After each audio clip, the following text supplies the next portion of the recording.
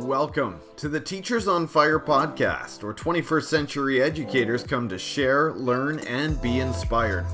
We believe in the growth mindset, creativity, communication, critical thinking, collaboration, and strategic uses of education technology. Our mission is to share news and views from teachers who are crushing it in the classroom and making a difference for learners everywhere. I'm your host, Tim Cavey. Let's jump into today's episode. Today I'm speaking with Maria Thompson. Maria is a 7th grade history teacher at Snow Hill Middle School in Worcester County, Maryland. Last year, Snow Hill Middle School implemented the Summit Learning Model with 6th grade students. This year, the Summit Learning curriculum has also been adopted by 7th grade students. Summit Learning was founded around the ideas of personalized learning and project-based learning, where students collaborate while applying cognitive skills, all within an online platform. Maria, thanks so much for coming on the show today. Are you ready to talk education? Yep, I was born ready, and I really appreciate you having me on here tonight. Well, it's my pleasure, and I'm so excited to learn more from your experience. Why don't you start by describing your current teaching situation?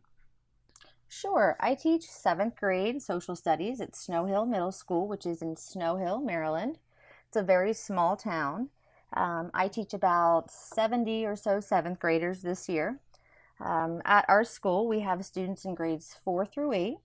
I focus on 3 project block courses that I teach a day, and then 1 personalized learning block that I teach per day. And I'll be able to tell you more about that as we get started with this interview.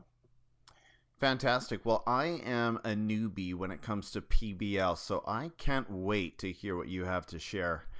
Maria, tell us about a low moment, though. We're going to start with something not quite so bright. Take us to a low moment that you faced in your teaching or education career, but also, just as importantly, how you overcame it. Sure. When you say that, I automatically think back to a few years ago. It was a year where I was ready to just throw in the towel and give up altogether. I can still recall the night that I was ready to do that. I felt in my heart I wasn't good enough to be an educator. I was teaching 7th grade social studies. We did not adopt the Summit Learning Model yet, and I remember feeling as though I never really had a connection with my students, and I felt like I wasn't forming relationships with my students that year. Mm-hmm. I'm sure you're familiar with having like that group of students, right. The group that had a reputation, and sometimes they would live up to that reputation. Mm-hmm. And when you have a group of students who often, give you that defiance or show you the defiance and make you feel like you're not a good teacher, you start to believe it. Mm-hmm. And the way that I overcame that year was just by relying on my colleagues. The 7th grade team of teachers, we've always been really close. We share our personal stories with each other, and we laugh together. And thankfully, they helped me because they were in it themselves. So we knew in order to get through that year, we had to continue to do the best that we could do for our students and, rely on the love and support that we could show each other. And that's the year that we started. I remember in a text message, we always had a group message going, and that's the year that we started referring to ourselves as the dream team, because we knew we were not going to give up on our students or each other. And that year made me realize a couple of things. It made me realize that it's really important to have like your tribe of people within your building, or maybe the field of education, because it's, often a career that not many other people can relate to. Mm-hmm. So it's really important to have a group that you can turn to and maybe vent, but it's important to vent to find a solution. And I also learned that I really need to appreciate the students that I have and find ways to tap into their potential and their individual strengths that year really put things into perspective for me as an educator. And I thank that group of students for doing that for me. Wow. That's a very positive outlook. And one thing I take away from that story is the incredible importance of just being there and building relationship with your colleagues. Yes. I think the teachers that, seriously burn out or leave the profession just out of discouragement are those ones that don't have that support and those important relationships. It's true. And I have it at home too. So that really helped me get through that year. Maria, what is it that excites you about education today? This might be a macro level idea, or it might be a micro level activity right there in your classroom. Well, I'm going to talk about the personalized learning block and the project. Yes. So Summit Learning, it's a free program right now that focuses on a couple of important principles.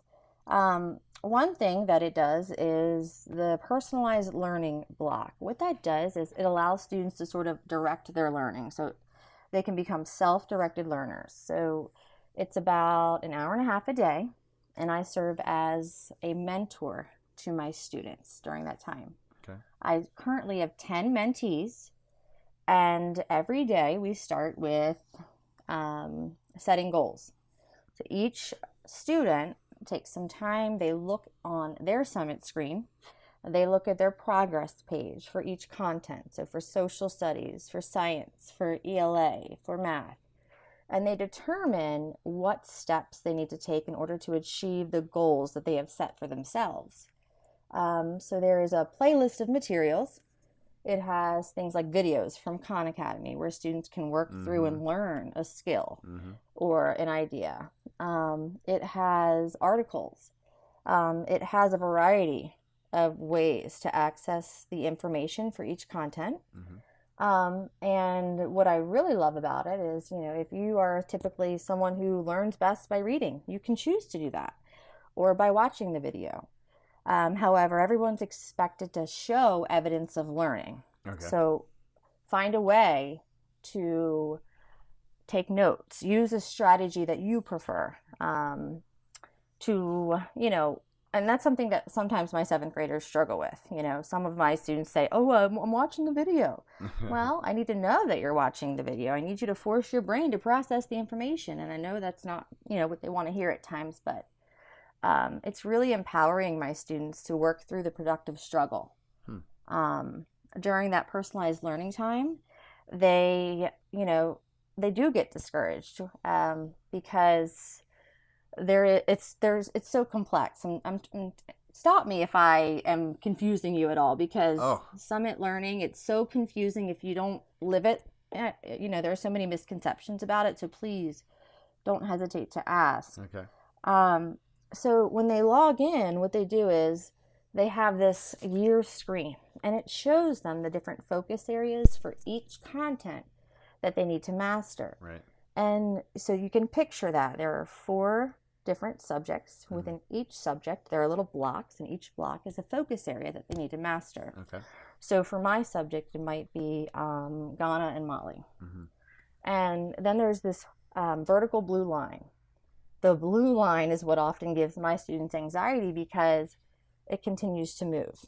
Okay. So they have to master the focus areas within each content by the time the blue line passes that particular block. Okay. If that makes sense. So the blue line sort of pushes them along. Yes. Or it gives them anxiety. It kind of works both ways, and it's something that is helping me reach, my students on a deeper level and promoting the social and emotional component within my classroom, which is, something that I feel like is my passion personally.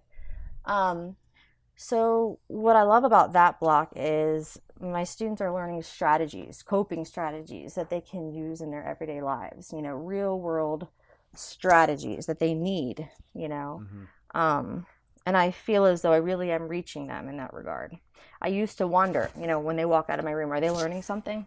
And now I know.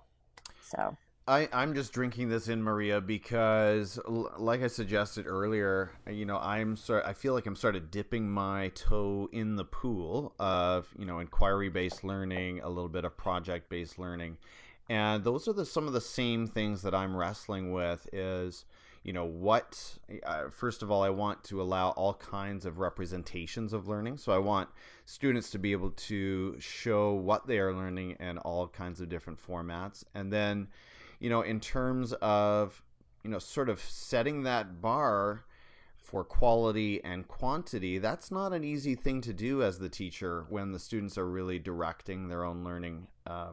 What one student feels is a fantastic representation of learning might seem to us to be really weak. So it sounds like you've got a very sort of structured system in place, or maybe not Yes. maybe is structured. No, you're right. Okay. No, it has to be structured. It has to be structured, or else it will not work. So what I'm hearing you say is, it is difficult to give our students, like, the control, the locus of control. It has shifted towards my students. And for some teachers, that's difficult, because maybe their style is just lecturing, or, everybody's different, and sometimes change is hard. However, over time, it will start to pay off for you within your classroom. What has happened is, now that students have those strategies, those coping methods, they are able to figure out on their own, okay, how can I get through this? What do I need to do? How can I make it better? And I'm mainly focusing on personalized learning time, but within my project block, I haven't really explained that yet. What I love about the projects, like you said, you want it to be, something of good quality. And if we're giving our students the control, how do we manage that? Well, with Project Block, what it does is it assesses students based on cognitive skills, which I love. I call them brain skills. Right. And those skills overlap amongst the English, science, and history. Okay. So, for example, my recent project, some of the cog skills that we focus on that students are going to be assessed on, explaining evidence, selecting relevant evidence, synthesizing multiple sources,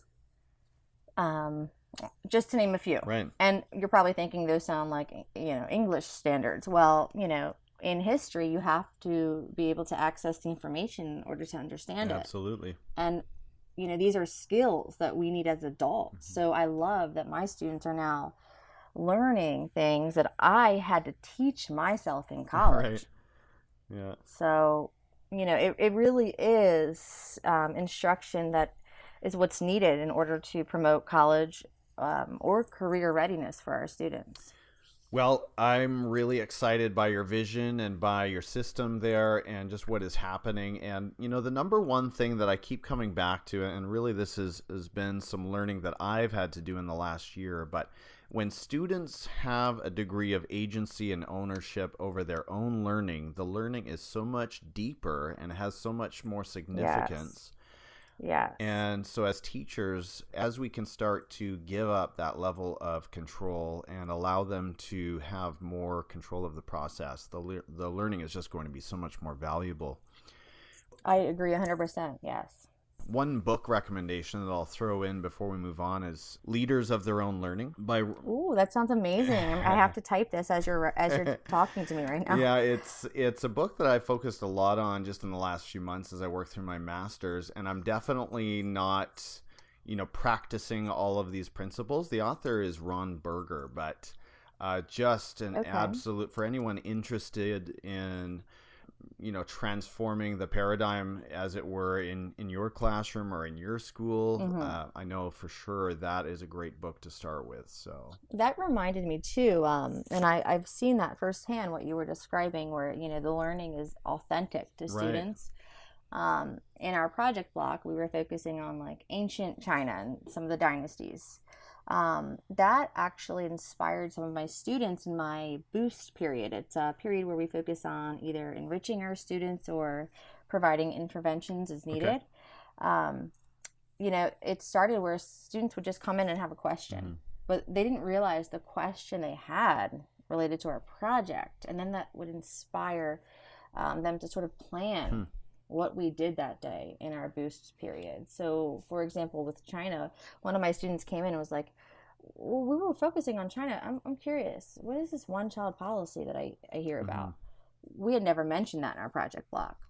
And then that sparked, this lesson that this student didn't even realize he was planning in the moment, where he assigned roles. They created a Google Slides, but they were able to all collaborate on the same shared, document. I don't know what you would call that. And then we presented it, and we were able to make connections to what we were learning within our class period. And that's when it really started to hit me that, the way we learn is what's needed for our students. Yeah, that is so awesome, Maria. And that student will remember, I guarantee he or she will remember that content a lot longer than, read pages 50 to 55 and answer the 5 questions, right? Yeah. Great stuff. Let's move on. You are definitely the expert I'm going to turn to for PBL related questions. I wouldn't say that. I'm learning. Maria, outside of education, as you know, we like to call ourselves lifelong learners. So what's another area of passion and learning for you that gives you energy and stimulates your thinking? I'm in a stage in my life right now where I have 2 young children. My son Matthew, he's almost 4, and then my daughter Mary Kate, she's 9 months old. So I feel as though the downtime that I have is focused on them. So my passion is, being a good parent, and that involves promoting good habits within my children. So what we like to do, we like to learn about our community, our world, and I like to have our weekly library visits where we connect what my son is learning, in school that week to some books that we can find on the shelves. So I would say really for me, I'm passionate about, educating my students and, my own children and how I can be better at that. I'm constantly trying ways to be a better parent and a better teacher for my kids. Fantastic. Share about a personal habit that contributes to your success. I'll be honest with you. I feel as though I've just developed this habit because I used to be your typical worrywart. I would overanalyze everything. I would constantly, replay scenarios in my mind, and it would drive me to the point where I would feel anxious and or not good enough as a teacher. Just this year, I've started trying to control my thoughts. So I feel as though as an educator, there's always going to be change, and you can choose how you react to that. So I'm choosing my thoughts. I'm choosing to focus on the positives within my life so that I can, focus on solutions and not problems. That's a great orientation. We're going to move into rapid fire recommendations now, Maria. So we'll start at Twitter, which I think is just the best way to start building a solid, inspiring PLN.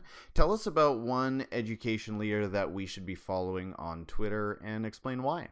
Sure. For me, Danny Steele. I feel as though everything that he says, I can connect with. Honestly, it feels like I know him. He's so positive, and he offers, insight on a daily basis or solutions to things that, we often go through as educators. He's someone that I feel as though I have a connection with, and I don't even know him. He is prolific. I really enjoy him as well. That's Danny Steele. Next, point us to an edtech tool that you currently love using in your classroom or your day-to-day work. I've already heard about Google Slides. Is there something else that you'd like to mention? Well, all of my students have Google accounts, so we access, Google Drive, Google Docs. Aside from that, I would say something I utilize within my history classroom is naturalreaders.com. It's a free text-to-speech. It allows you to convert any written text into spoken words, and then my students can actually choose the speaker or narrator. And it helps my struggling readers. It helps them learn the content during our project block. That is really cool. Recommend one book that you've been reading lately, or maybe one of your all-time faves, and tell us why you recommend it. Well, as you know, I told you I've recently, tried to focus on the positives Right. rather than the negative. And one book that I have just loved is called Change Your Mind and Your Life Will Follow. It's by Karen Casey. It's definitely not your typical self-help book. It provides you with tools to lead your life with gratitude as your number one focus, and it allows you to find solutions that you can use as everyday tools. For example, choosing to let go of control or to give up your judgments, or to act rather than react to situations. I like the sound of that as well. I can tell you on the gratitude front, I'm becoming a bigger and bigger believer of just the power and importance of gratitude. And we're here at the KV house. We're trying to do some gratitude journal entries after family dinner times, and I feel like I like that idea. Yeah, I feel like it's a small, one. I need to know more about this. Well, it's pretty simple. It's just sort of going around the table and saying, okay, what's one, highlight of the day, one thing that happened today that you're grateful for. And it's just a way of starting to build a little bit of gratefulness and humility, and trying to fend off, with my middle schoolers, it's trying to fend off that sense of entitlement, right? So right, exactly. And then next on the rapid fire list, are you a podcast listener? And if so, recommend one podcast that you've found that you really enjoy, and pass that on to us. Sure. I've just recently started listening to some podcasts. One that I have enjoyed is called Summit Sparks. And it allows me to feel connected with other educators or students or parents that are currently implementing the Summit Learning Model within their schools. And I can listen to their personal stories and some of their practices, and hopefully implement those things within my classroom. And so that is all connected to the Summit Learning System that you were describing. And so a lot of that content would be project-based learning. Is that right? Yes, and personalized learning. Oh, wow, I am definitely adding that to my list. Thank you. Sure. And then two last ones on the video front. Tell us about a YouTube channel that you enjoy, and this might be one that you use in your classroom, or one that just amuses you in your personal time. Well, I can say one that doesn't, but I won't. Okay. I've just recently deleted the YouTube Kids app from my son's iPad. Okay. He was into those toy, and I don't even know what they're called, but it's basically kids getting toys that they want and parents reviewing them. To be honest, I'm not really a YouTuber. Okay. Just recently, though, I did play a video for my students, and I believe the name was Mr. Zoller. Okay. The video that we watched was about Africa, and it was really good in that it connected to my project and allowed students to see the visual that's sometimes needed. Mr. Zoller, I'll take a look for that and add that to the show notes at teachersonfire.net. Last question, Maria. You're at the end of your day. You've got no brain power left. It's time to relax. What are you watching on Netflix right now? I think it's called Flint Town. Okay. It is really eye-opening in that it provides me with the perspective of both the law enforcement and then the community in a town that's really torn and struggling and divided, and it allows me to see, okay, as a law enforcement officer, what are some of the challenges that you face on a daily basis, and then on the flip side of that, someone in the community who needs help.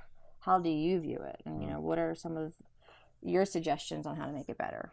I've seen those trailers. I haven't watched any episodes, but yes, that looks really compelling. Flint is obviously... It's good. Yeah, Flint has obviously gone through a lot as a community in the last couple of years in particular. And, yes. So that sounds like one we should take a look at. Maria, this has been fantastic, and you have so much insight, especially in that area of project-based learning. I just love hearing from your experience. What's the best way for the listeners to follow you and get to know you a little better? Sure, and thank you. I appreciate that. On Twitter, I believe my username is M Thompson, SHMS. I think that's probably the best way to reach me as an educator. I view Twitter as like a professional gold mine. So, that's my app just for education alone. It is, and I haven't heard that, but I love the gold mine, and absolutely, I encourage teachers out there to do the same. Build an account just around education, and every time you open it, it's just, that's your focus. That's your focus, and like you said, it's just pure gold inspiration. It is. Anytime you look in. All right, Maria. Well, thank you so much for our conversation today. It's been enlightening, and I wish you all the best for the rest of the school year. Thank you so much, and same to you. Thank you. Bye-bye. Bye. Thanks for listening to this episode of Teachers on Fire, where teachers come to share, learn, and be inspired. Please subscribe to the podcast, leave us a review on iTunes, and follow us on Twitter at Teachers on Fire. I'm your host, Tim Cavey, saying goodbye for now, and we'll catch you next time, right here on the Teachers on Fire podcast.